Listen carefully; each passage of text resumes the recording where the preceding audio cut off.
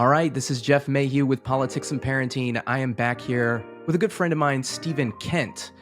So I was sitting in my house yesterday. I had a little bit of cold, and I got a text message from you with a pod. Ezra Klein had put out a podcast yesterday, and he was talking about the NPC problem in Congress, which he calls the non-player Congress. Yeah. And I was just, I texted you and said, we should talk about this. Let's talk about this. So why'd you send that to me? Well, this is right up your alley. You're somebody who talks about the role of Congress and the spread of political power, and that there is a core missing principle in American politics today, which James Madison, and I suppose the writers and contributors to the Federalist Papers didn't quite anticipate. They believed that ambition would check ambition in their divided government of checks and balances. They assumed that all of these branches, the judicial, legislative, and executive, would want their power, and they would covet it and fight for every little inch.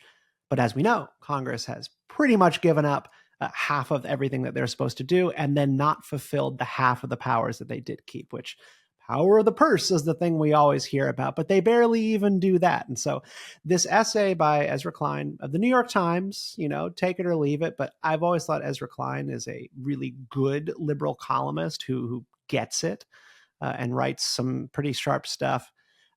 He took on the NPC player meme, which the right, the American right, and J.D. Vance is very tuned into this as well, love to deride liberals as NPCs. They basically just are the gray-faced, muted video game characters who do whatever the game designer wants, but they have no autonomy. So basically saying conservatives are the main characters in a story who can think for themselves, and liberals just go, what has the Associated Press told me to say today? Love is love, or we stand with Ukraine. And it's very slogany. Like, that's the NPC meme, and you just recite stuff. I think the greatest thing that's being recited this week is we're in a constitutional crisis. But Ezra Klein flips that on its head and goes, there's a real NPC in American politics, and it's the Congress. They don't do anything. He's not wrong, in a lot of ways. And he makes the point, and I think he does, first of all, he does a really great job of kind of laying out the situation, and then also kind of talking about the founders and their ideas and whatnot in this essay. But he mentions that if Congress was the other party, it would be checking the president right now. And it's because Congress is, and the Senate, the House, the Senate, and the presidency are all aligned in one direction. And this isn't the first time this has happened. And, it happened in 2008 with Obama when he was swept into office. And realistically, I think what Ezra is kind of saying here is because of the parties, the branches are not functioning as they should. Now, I would say that there's more nuance to that, specifically with the rules of Congress. It's in the House of Representatives, with that non-player Congress. Well, I think let's pause there and zoom in a little bit. So Congress not doing what it's supposed to. I think one of the key drivers of that is individual congressmen having very little agency in the current congressional structure. This is really, in my view, the legacy of Newt Gingrich, but you could probably go a little bit further back and school me on it.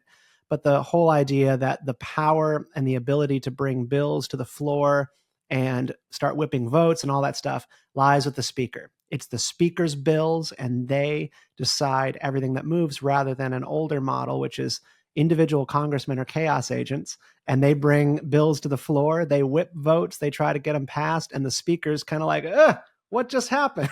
But that's not how we do business anymore. If the speaker's not on board, you never get the any oxygen for anything that you want to do as a congressman. Right. I mean, you have to be in the majority, and you have to be able to be at the top of the majority in order to get anything on the floor. And that, that dates back to the late 1800s with Speaker Reed, as they started to consolidate power. And they did this because they were having trouble getting things through the House and governing efficiently. And that efficiency thing is something that we're hearing a lot of these days, is that our government's just not acting efficiently. We need a Department of Government Efficiency, I think. I think they're starting on that. Let's both adjust our glasses. And Ezra mentions in the pod that, you know, the way that it was designed was to fracture power by place. And that's what he means by all those individual congressional representatives that are kind of laid out throughout the country. But because that power has been concentrated up to the top of the House, now it makes it hard for those. They are forced to be the non-player, conformity role of just chanting, because they have no power to do anything else. Yeah, it's puzzling because I always am hearing this idea, and it was the case with Joe Biden, it was the case with Barack Obama, it's the case with Donald Trump, that the Donald Trump White House, the president, has a bill that they want passed or that they want to see happen. They want a law, and they propose legislation. I mean, I suppose the president can propose legislation all they want, but the idea that Congress is acting based on the will of the president rather than the president simply signing what Congress wants to do is an inversion of the way that the system is supposed to work, as far as I understand it.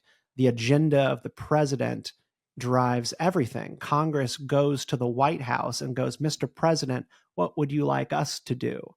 It's supposed to be the other way around in a sense. I mean, yes and no. I mean, since the beginning, we've always had strong executives that try to take the lead. Always. But the way that it was designed, Congress is the first article of the Constitution. It's designed to be the strongest branch.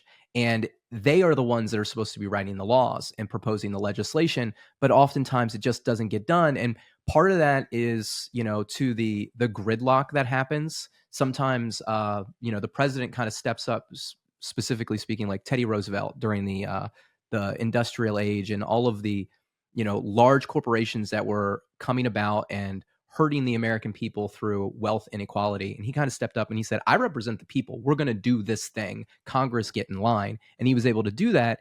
And for the people, it kind of worked, but it was still backwards, right? Congress is supposed to do that.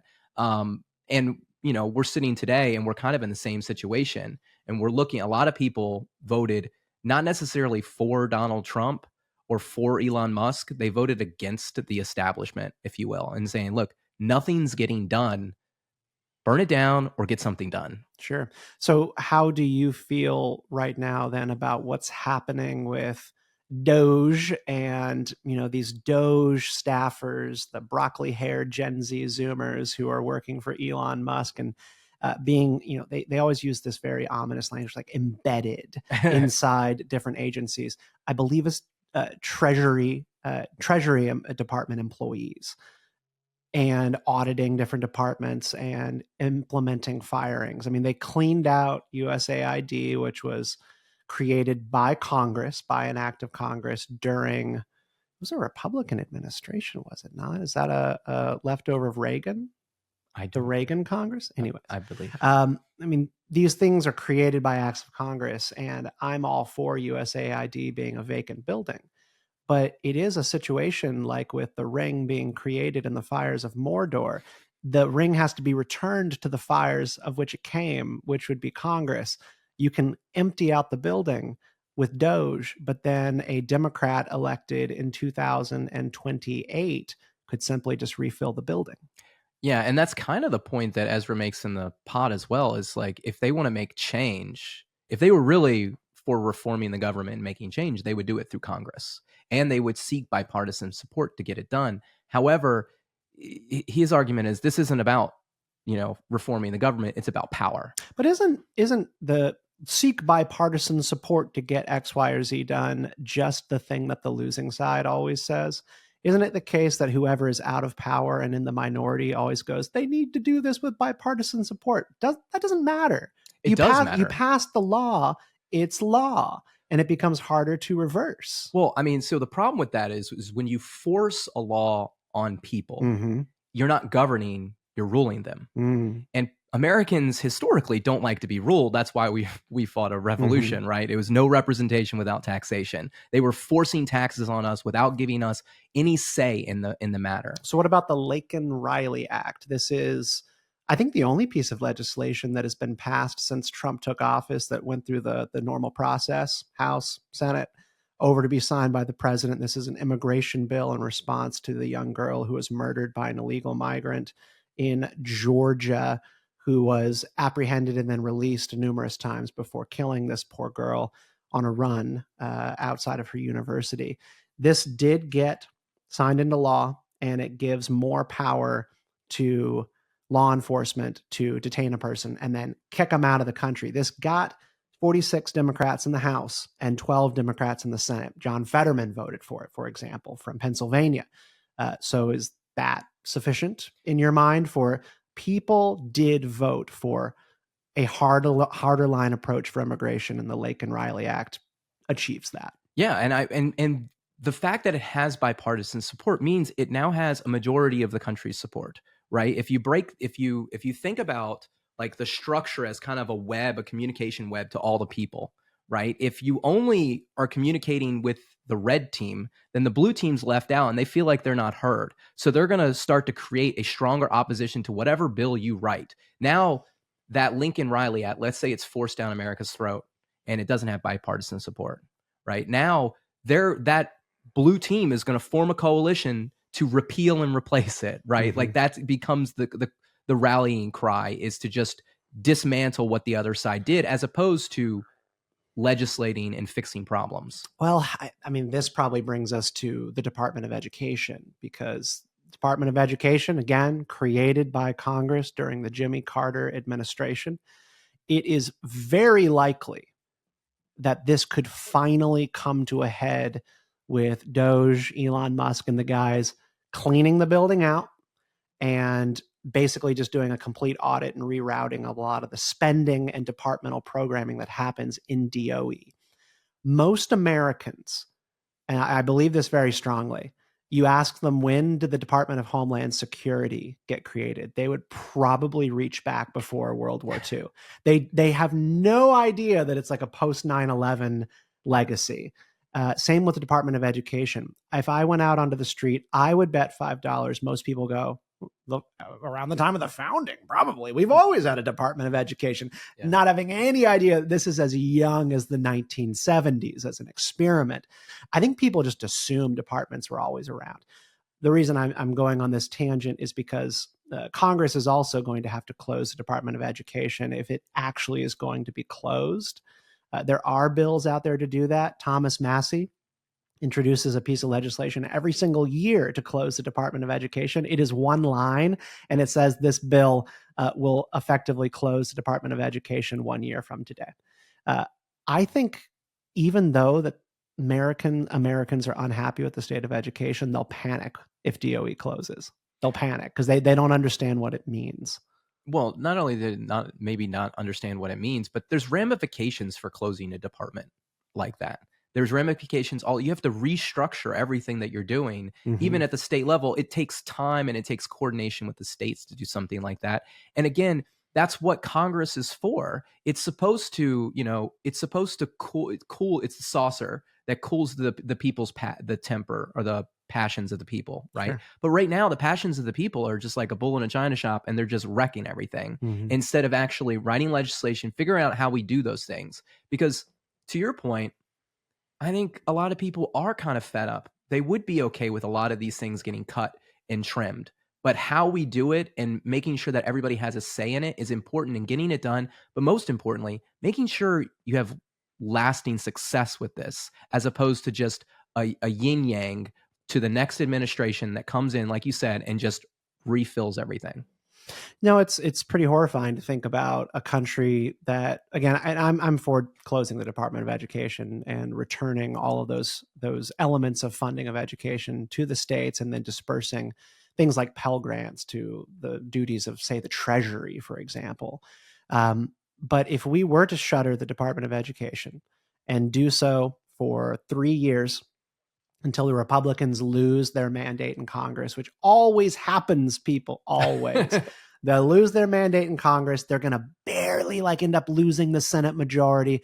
And then, oh, what do you know? Maybe J.D. Vance doesn't connect with the American people, and he gets crushed in the next election by Pete Buttigieg or something. And we have a return of Democrats to power. And then they reopen the Department of Education.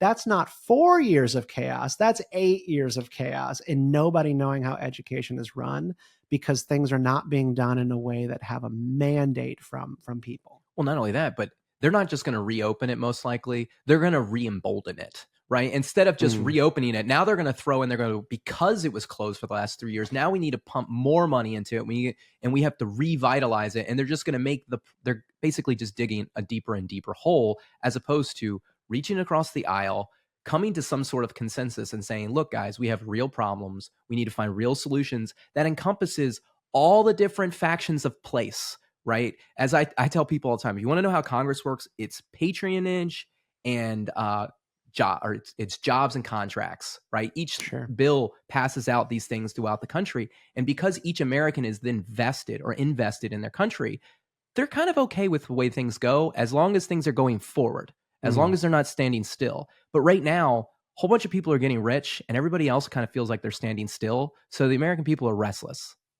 I think that's true.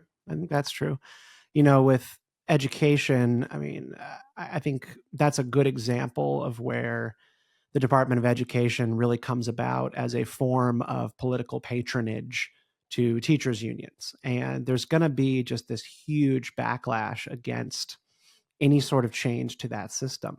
But your point about politics being driven by place and Congress's power being driven by place, you've brought me around to the idea that we actually don't have enough congressmen, that 435 members for a country of how many people? 330 million. 330 million. It's been this way now for just about a century. We've had 435 members and our population just keeps growing and growing and growing.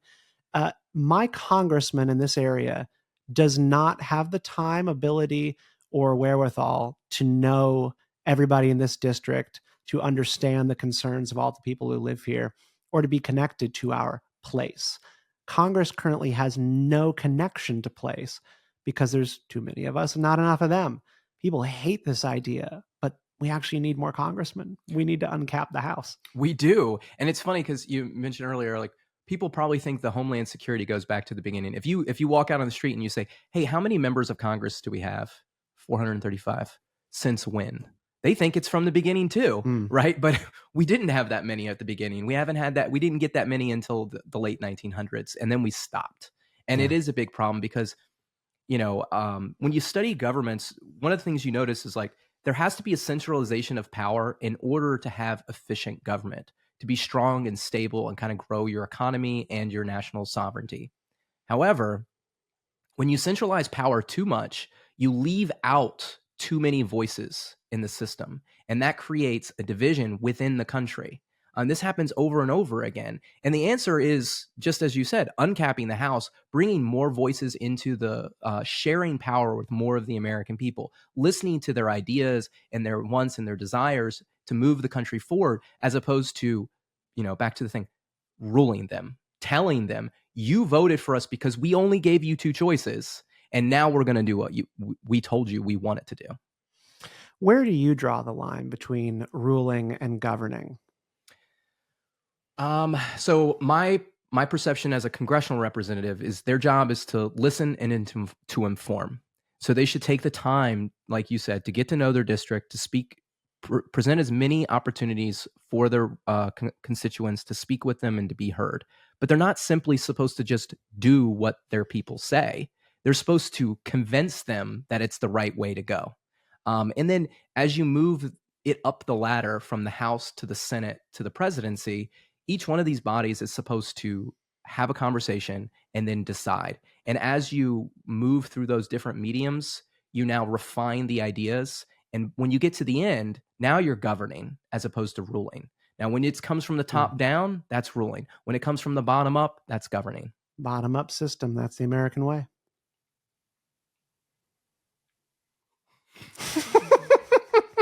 Awkward pause. You're the host here. Take it away. So, okay. So Ezra asked this question in the podcast. He says, why not just write some bills? I don't even know of any bills that are getting written.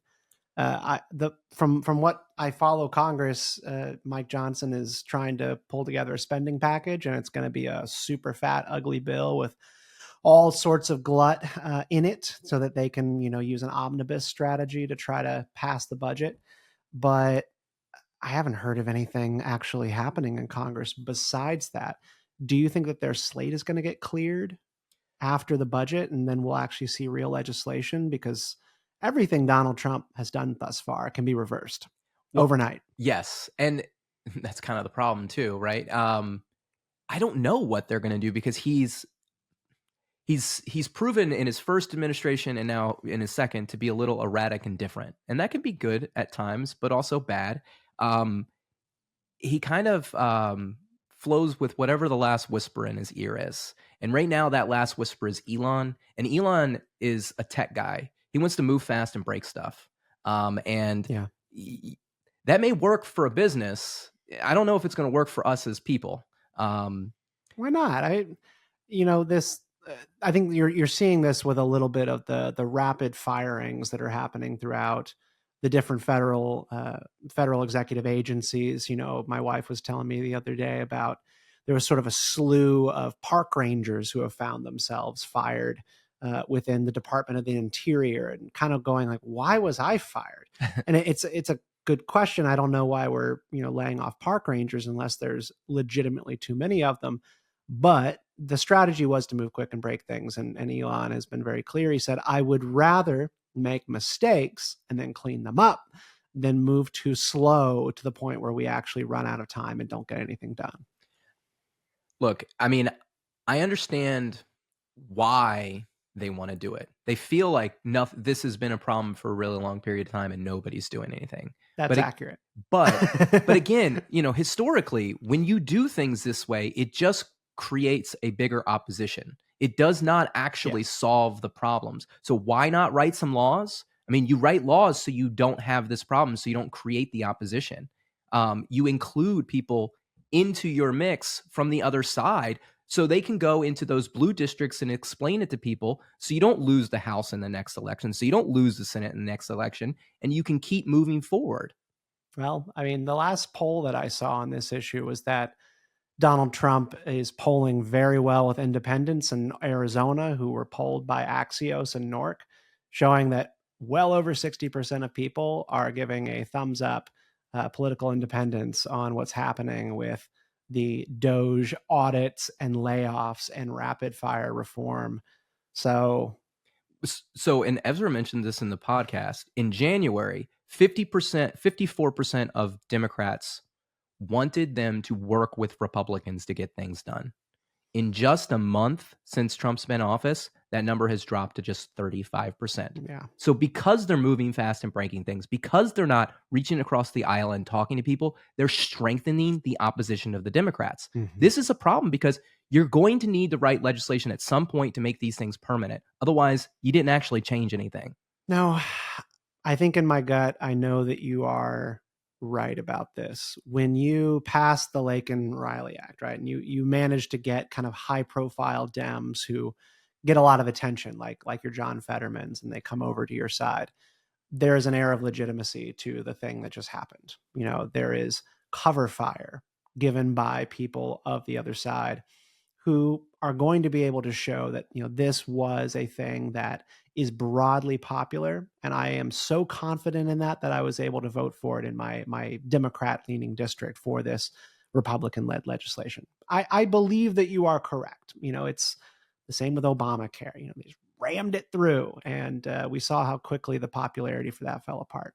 Well, and even backing up just a little bit before Obamacare, when Obama entered office, he entered office with what the Democrats believed was a mandate, the same way that Elon is saying they have a mandate now. And they moved fast and they broke stuff with a bill that was severely flawed for a stimulus package. And they left all the Republican congressmen out of the bill. And because of that, they strengthened the opposition that eventually became the Tea Party and then the MAGA movement, right? So while Republicans are on top now, cheering their victories, it could change really fast if you don't do it the right way. Yeah. You know, if Congress is going to be an NPC, a non-player Congress, and not check the president and fight for every little inch of power, public opinion will. And this president is highly sensitive to public opinion and whether or not what he's doing is being cheered on. You know, this is kind of, you know, when it comes to like the transgender issues and the executive orders related to men playing in women's sports. This is an 80-20 issue. Donald Trump took the 80% issue, and for some reason, Democrats have wed themselves to this 20% popularity issue. They just can't let go of losing on this issue. He needs to just continue to cling to the most popular things. And honestly, I think public opinion will give him a blank check to keep doing whatever he wants. But Congress has to solidify those victories for them to be lasting, legitimate, and to just honor and strengthen our system of government, which every 4 years under every president is getting weaker and weaker. So in the podcast, Ezra talks about how it's parties are the one that can beat, not the branches. And in a lot of ways, he's right. However, historically, there's always been like a breaking point where the parties put aside their differences and then will check the president. We saw this with Watergate, right, with Nixon. Republicans showed Nixon the door. Right. Yeah. But, you know, in the last 10 years or so, or 15 years or so, that's kind of been thrown out the window. I think, you know, a lot of the opposition to Obama created a lot of division. McConnell, you know, kind of coming up with his own rule to keep out the Supreme Court nominee until the next election. Yeah. It was an unwritten rule that he, you know, established because he wanted, it was a power grab, right? And these power grabs have emboldened the parties, but when that party gets boiled down into one entity, right? Now you have nearly absolute government, and that's kind of what we're facing today. And that's what Trump and Elon are kind of trying to work with. Yeah, I think it was Ben Domenech over at The Spectator who pointed out that RFK, despite how controversial and divisive Robert F. Kennedy Jr. has been as a Health and Human Services pick for Donald Trump, who just was confirmed, he was confirmed by a larger margin than Mayorkas was for HHS under Biden. And you kind of scratch your head immediately at that and you go, well, nobody said anything about Mayorkas being controversial. So how could that possibly be? RFK is supposedly the most controversial, but he had a wider range of support, and that's because Republicans were not going their own way on that issue. Republicans did fall in line to support a pro-life Democrat, lifelong Democrat serving in the Republican administration. So this is unprecedented. I think Ezra Klein rightly points out that there used to be functionally 4 parties in American politics. There were Southern and Northern Democrats and Southern and Northern Republicans, and they functioned completely differently. If you were a Republican, there was no telling if you were liberal or conservative. Same for Democrats. You know, again, we famously had the conservative Democrats who upheld segregation and Jim Crow for a century in the South. And we immediately would scratch our heads at that today because we have uniparties. Republicans and Democrats have no ideological divides anymore within them to a significant enough amount to change outcomes in Congress. Yeah, I agree with that. And I believe part of the problem is because Congress as a body is just far too small. There's not enough space for these different ideas to survive anymore. Yeah. Power's been concentrated. And in order to get anything done, you have to fall in line. And that's a problem. Yeah. And by the way, just to correct the record, I said Mayorkas when I was talking about Biden's HHS pick. That was Homeland Security. Javier Becerra passed by a smaller margin in the Biden White House. So just how quickly the times have changed. It's nuts. Yeah. I'd like to thank my guest, Stephen Kent, for joining me for another great episode of Politics and Parenting. If you like this, you can follow on Substack at politicsandparenting.com. Peace and love.